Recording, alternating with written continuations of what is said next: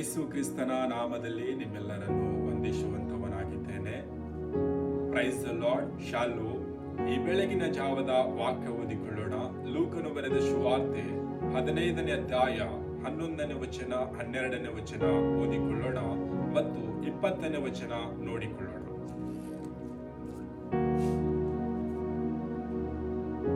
ಇನ್ನು ಆತನು ಹೇಳಿದೇನೆಂದರೆ, ಒಬ್ಬನೊಬ್ಬ ಮನುಷ್ಯನಿಗೆ 2 ಮಕ್ಕಳಿದ್ದರು. ಅವರಲ್ಲಿ ಕಿರಿಯವನು ತಂದೆಗೆ, ಅಪ್ಪ, ಆಸ್ತಿಯಲ್ಲಿ ನನಗೆ ಬರತಕ್ಕ ಪಾಲನ್ನು ಕೊಡು ಎಂದು ಕೇಳಿಕೊಳ್ಳಲು ತಂದೆಯು ಬದುಕನ್ನು ಅವರಿಗೆ ಹಂಚಿಕೊಟ್ಟನು. 20ನೇ ವಚನ ಓದಿಕೊಳ್ಳೋಣ.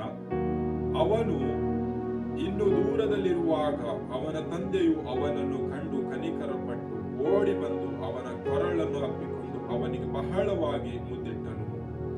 ಕರ್ತನಲ್ಲಿ ಪ್ರೀತಿಯುಳ್ಳ ದೈವಜನರೇ, ನಾವು ಈ ಒಂದು ದಿನದಲ್ಲಿ ಈ ಲೋಕದಲ್ಲಿ ಜೀವಿಸುವಾಗ ತಂದೆಯ ಬಳಿಗೆ ನಾವು ಏನಾದರೂ ಕೇಳುವಾಗ ತಂದೆಯು ನಮಗೆ ಕೊಡುವಂತವನಾಗಿದ್ದಾನೆ. ಈ ಒಂದು ದಿನದಲ್ಲಿ ವಾಕ್ಯದಲ್ಲಿ ನಾವು ನೋಡುವಾಗ ಒಬ್ಬ ತಂದೆ ಇರುತ್ತಾನೆ, ಆತನಿಗೆ 2 ಮಕ್ಕಳಿರುವಂತವರಾಗಿದ್ದಾರೆ.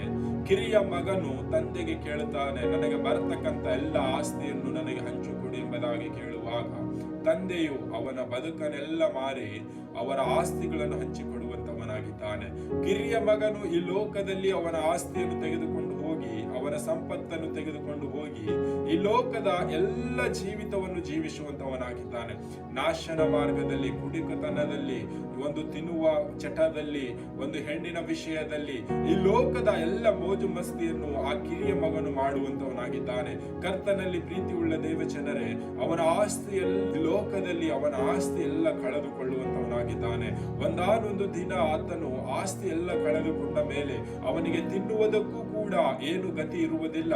ಆ ಸಮಯದಲ್ಲಿ ಆ ದೇಶದಲ್ಲಿ ಸಂಚರಿಸುತ್ತಾ ಹೋದಾಗ ಒಬ್ಬ ಮನುಷ್ಯನ ಬಳಿಗೆ ಹೋಗುತ್ತಾನೆ, ನನಗೆ ತಿನ್ನುವುದಕ್ಕೆ ಏನಾದರೂ ಕೊಡು, ನಿನ್ನಲ್ಲಿ ಏನಾದರೂ ಕೆಲಸ ಇರುವುದಾದರೆ ಕೊಡು ಎಂಬುದಾಗಿ ಕೇಳುವಾಗ ಆ ಒಬ್ಬ ವ್ಯಕ್ತಿ ಆತನಿಗೆ ಹಂದಿ ಕಾಯುವಂತ ಕೆಲಸ ಕೊಡುವಂತವನಾಗಿದ್ದಾನೆ. ಆ ಹಂದಿ ಕಾಯುವಾಗ ಆತನಿಗೆ ಅನಿಸುತ್ತದೆ, ನಾನು ಹಂದಿ ತಿನ್ನುವಂತ ಆಹಾರವನ್ನು ತಿಂದ ಆದರೂ ನನ್ನ ಹೊಟ್ಟೆ ತುಂಬಿಸಿಕೊಳ್ಳಬೇಕೆಂಬುದಾಗಿ ಆ ಚಿಕ್ಕ ಮಗನು ಅಂದುಕೊಳ್ಳುತ್ತಾನೆ. ಕರ್ತನಲ್ಲಿ ಪ್ರೀತಿ ಉಳ್ಳ ದೇವಜನರೇ, ಅವನು ತಂದೆಯ ಮನೆಯಲ್ಲಿದ್ದಾಗ ಆತನಿಗೆ ಯಾವ ಕೊರತೆಯೂ ಇರಲಿಲ್ಲ.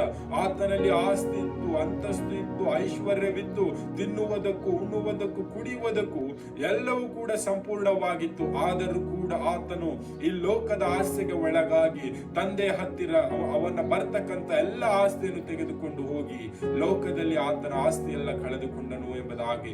ಕರ್ತನಲ್ಲಿ ಪ್ರೀತಿಯುಳ್ಳ ದೈವಜನರೇ, ಆತನು ಹಂದಿ ಕಾಯುವಾಗ, ಹಂದಿ ಮೇಯಿಸುವಾಗ ಆತನಿಗೆ ಹಸಿವೆ ಆದಾಗ ಅವನು ಹಂದಿ ತಿನ್ನುವಂತ ಆಹಾರ ತಿನ್ನಬೇಕೆಂದು ಆಲೋಚನೆ ಮಾಡುತ್ತಾನೆ. ಅವಾಗ ಅವನ ಮನಸ್ಸಿನಲ್ಲಿ ಪರಿವರ್ತನೆ ಆಗುತ್ತದೆ. ನಾನು ನನ್ನ ತಂದೆ ಮನೆಯಲ್ಲಿ ಯಾವ ರೀತಿಯಾಗಿ ಇದ್ದೆ, ತಂದೆ ಮನೆಯಲ್ಲಿ ಎಷ್ಟು ಆಳುಗಳಿದ್ದರು, ಆದರೂ ನಾನು ಇಲ್ಲಿ ಬಂದು ಕೂಲಿ ಕೆಲಸ, ಹಂದಿ ಕಾಯುವಂತದ್ದು ಮಾಡುತ್ತಾ ಇದ್ದೇನೆ, ನನಗೆ ತಿನ್ನುವುದಕ್ಕೂ ಕೂಡ ಇಲ್ಲಿ ಗತಿ ಇಲ್ಲ ಎಂಬುದಾಗಿ ಆತನ ಮನಸ್ಸಿನಲ್ಲಿ ಆತನು ಅಂದುಕೊಳ್ಳುತ್ತಾನೆ.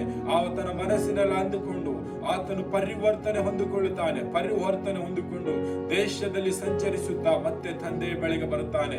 ತಂದೆ ಬಳಿಗೆ ಬರುವಾಗ ತಂದೆ, ನನ್ನ ಮಗನು ಕಳೆದು ಹೋಗಿದ್ದನು, ಮತ್ತೆ ನನ್ನನ್ನು ಹುಡುಕಿಕೊಂಡು ಬಂದಿದ್ದಾನೆಂಬುದಾಗಿ ತಂದೆ ಮಗನು ದೂರದಲ್ಲಿರುವಾಗಲೇ ತಂದೆ ಮಗನನ್ನು ನೋಡಿ ಓಡಿ ಬಂದು ಆತನನ್ನು ಗಟ್ಟಿಯಾಗಿ ಅಪ್ಪಿಕೊಂಡು ಆತನನ್ನು ಮುದ್ದಿಟ್ಟು ಆತನನ್ನು ಪ್ರೀತಿಯಿಂದ ಮನೆಗೆ ಕರೆದುಕೊಂಡು ಹೋಗಿ ಮನೆಯಲ್ಲಿ ಒಂದು ಹಬ್ಬವನ್ನು ಆಚರಿಸುವಂತವನಾಗಿದ್ದಾನೆ. ಕರ್ತನಲ್ಲಿ ಪ್ರೀತಿ ಉಳ್ಳ ದೇವಜನರೇ, ಈ ಲೋಕದಲ್ಲಿ ನಾವು ಯಾವ ರೀತಿಯಾಗಿ ಜೀವಿಸ್ತಾ ಇದ್ದೇವೆ, ನಮ್ಮ ಸೃಷ್ಟಿಕರ್ತನು, ನಮ್ಮ ತಂದೆ ನಮ್ಮನ್ನು ಸೃಷ್ಟಿಸಿದ್ದಾನೆ. ಕರ್ತನಲ್ಲಿ ಪ್ರೀತಿಯುಳ್ಳ ದೇವಜನರೇ, ನಾವು ಈ ಲೋಕದಲ್ಲಿ ಯಾವ ರೀತಿಯಾಗಿ ಜೀವಿಸ್ತಾ ಇದ್ದೇವೆ. ಆ ಚಿಕ್ಕ ಮಗನು ತಂದೆಯಲ್ಲಿ ಬರ್ತಕ್ಕಂಥ ಎಲ್ಲ ಆಸ್ತಿಯನ್ನು ತೆಗೆದುಕೊಂಡು ಹೋಗಿ ಲೋಕದಲ್ಲಿ ಕಳೆದ ಹಾಗೆ ನಾವು ಪರಲೋಕದ ತಂದೆಗೆ, ನಮ್ಮ ಸೃಷ್ಟಿಕರ್ತನಿಗೆ ನಾವು ವಿರುದ್ಧವಾಗಿ ಲೋಕದಲ್ಲಿ ಜೀವಿಸ್ತಾ ಇದ್ದೇವಾ? ನಮ್ಮ ಬರ್ತಕ್ಕಂಥ ಎಲ್ಲ ಪಾಲುಗಳನ್ನು ತೆಗೆದುಕೊಂಡು ಹೋಗಿ ನಾವು ಈ ಲೋಕದ ನಾಶನ ಮಾರ್ಗದಲ್ಲಿ ಜೀವಿಸ್ತಾ ಇದ್ದೇವಾ?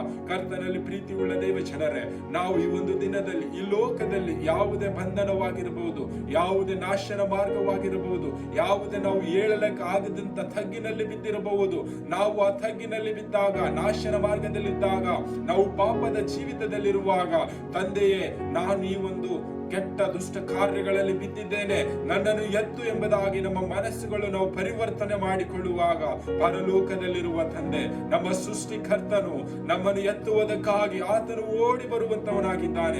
ಈ ಲೋಕದ ತಂದೆ ತನ್ನ ಕಿರಿಯ ಮಗನನ್ನು ಯಾವ ರೀತಿಯಾಗಿ ಅಪ್ಪಿಕೊಂಡು ಮುತ್ತಿಟ್ಟನು, ಅದೇ ರೀತಿಯಾಗಿ ನಮ್ಮ ಸೃಷ್ಟಿಕರ್ತನು, ನಮ್ಮ ತಂದೆಯಾದ ದೇವರು ನಮ್ಮನ್ನು ಅಪ್ಪಿಕೊಳ್ಳುವುದಕ್ಕಾಗಿ, ನಮ್ಮನ್ನು ಪ್ರೀತಿಸುವುದಕ್ಕಾಗಿ, ನನ್ನ ಮಗಳು, ನನ್ನ ಮಗನು ನನ್ನನ್ನು ಕೂಗಿಕೊಳ್ಳುತ್ತಾ ಇದ್ದಾನೆ, ಕಷ್ಟದಲ್ಲಿ ಇದ್ದಾನೆ ಎಂಬುದಾಗಿ ಪರಲೋಕದ ತಂದೆ ನಮ್ಮ ಬಳಿಗೆ ಬರುವಂತವನಾಗಿದ್ದಾನೆ. ಕರ್ತನಲ್ಲಿ ಪ್ರೀತಿ ಉಳ್ಳ ದೇವ ಜನರೇ, ನಾವು ಈ ಒಂದು ದಿನದಲ್ಲಿ ಈ ಲೋಕದಲ್ಲಿ ಕಷ್ಟ ಜೀವಿತ ಜೀವಿಸುವಾಗ, ನಾಶನ ಮಾರ್ಗದಲ್ಲಿ ಜೀವಿಸುವಾಗ ನಾವು ತಂದೆಯಾದ ದೇವರನ್ನು ಕರೀತಾ ಇದ್ದೇವಾ? ಈ ಒಂದು ದಿನದಲ್ಲಿ ನಮ್ಮನ್ನೇ ನಾವು ಪರೀಕ್ಷೆ ಮಾಡಿ ನೋಡಿಕೊಳ್ಳೋಣ.